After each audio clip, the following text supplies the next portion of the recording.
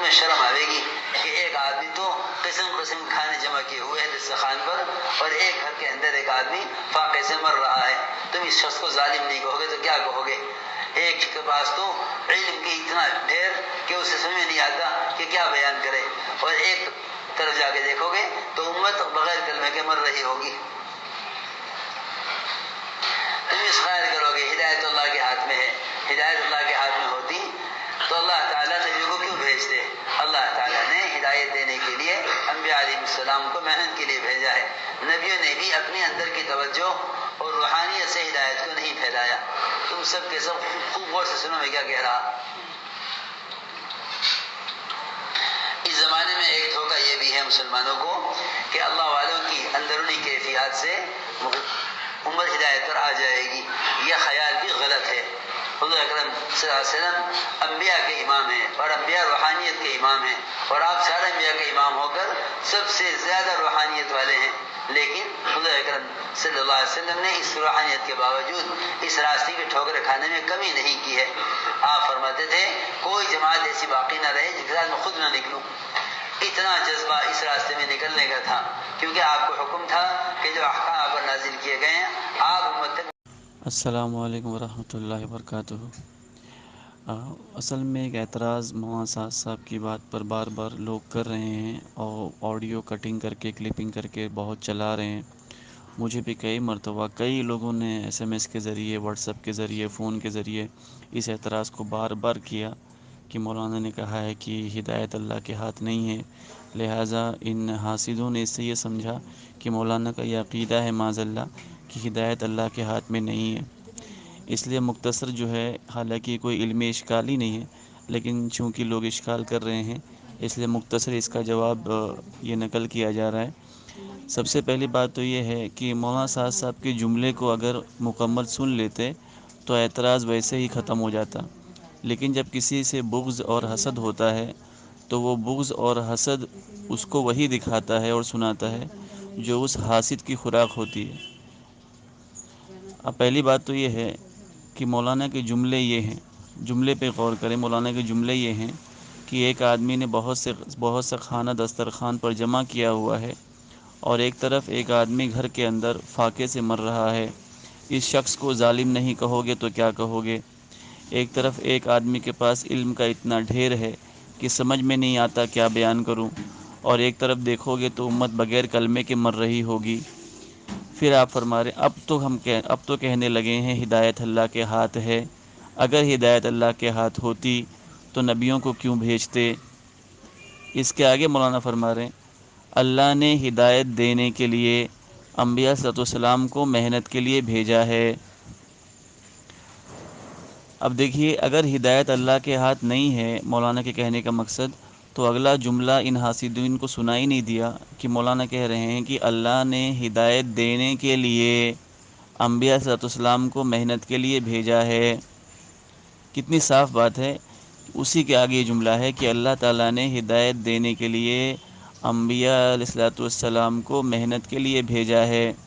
تو یہ اگلا جملہ ان حاسدین کو نظر کیوں نہیں آیا یا سنائی کیوں نہیں دیا؟ پہلے جملے کو پکڑ لیا، تو اگر پورا جملہ ہی نقل کر دیتے تو اعتراض ویسے ہی ختم ہو جاتا۔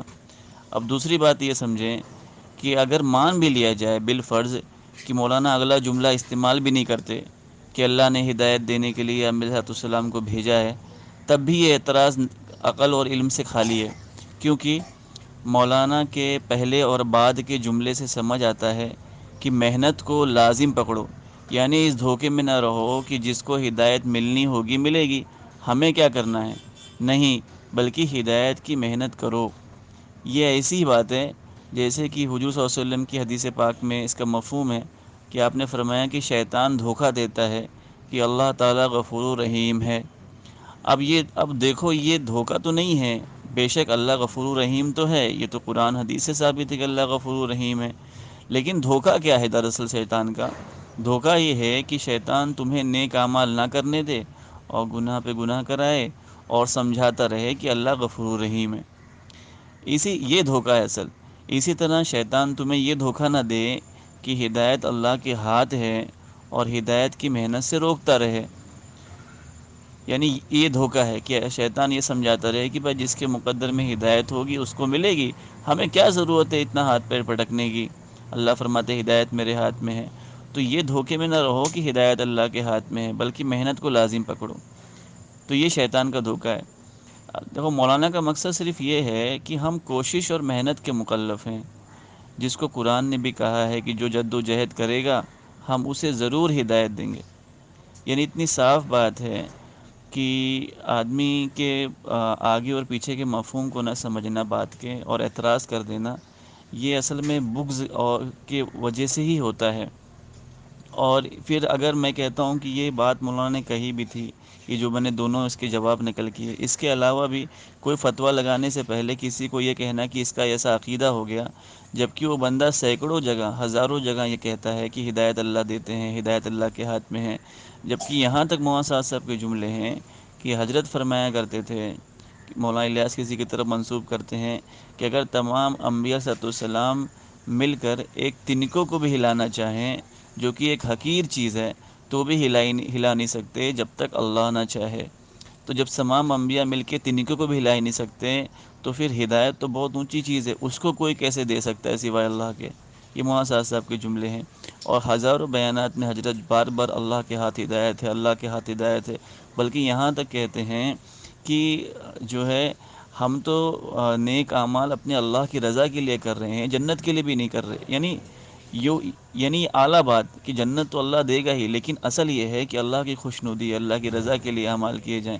تو جو بندہ اللہ کی محبت اور اللہ کے ہاتھ ہدایت، اللہ کی قدرت، اللہ کی وحدانیت کو اپنے سینکڑوں بیانات میں صاف طور سے واضح کر کے بیان کر رہا ہے، اس کی ایک آڈیو کو سمجھ نہیں پانا اور اس میں آگے کے جملے کو ہضم کر جانا اور اس طرح سے اعتراض گھماتے رہنا، یہ میں سمجھتا ہوں کہ صرف ایسا انہی لوگوں کے ساتھ ہوتا ہے جن کی عقل جو ہے بغض اور حسد سے اندھی ہو چکی ہو۔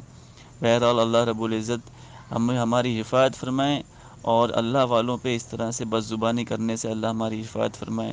یہ بہت بڑی خطرناک چیز ہے، کیونکہ قرآن اور حدیث میں صرف دو لوگوں کے بارے میں اللہ نے جنگ کا اعلان کیا ہے، ایک سود خور کے بارے میں، اور ایک وہ لوگ جو اللہ کے ولیوں کو، نیک اللہ والوں کو جو ہے نہ پر بد زبانی کرتے ہیں۔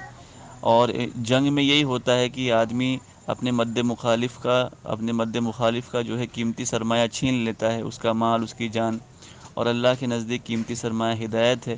اس لیے ہم کو ڈرنا چاہیے کہ اگر اللہ جنگ پر آئیں گے تو کہیں ہم سے ہدایت کو محروم نہ کر دیں۔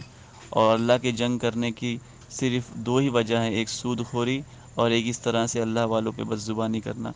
اللہ رب العزت جو ہے ہمیں ایسے بد زبانی کرنے سے حفاظت فرمائے، اور جو کر رہے ہیں ان کو بھی اللہ صحیح سمجھ نصیب فرمائے۔ السلام علیکم ورحمۃ اللہ وبرکاتہ۔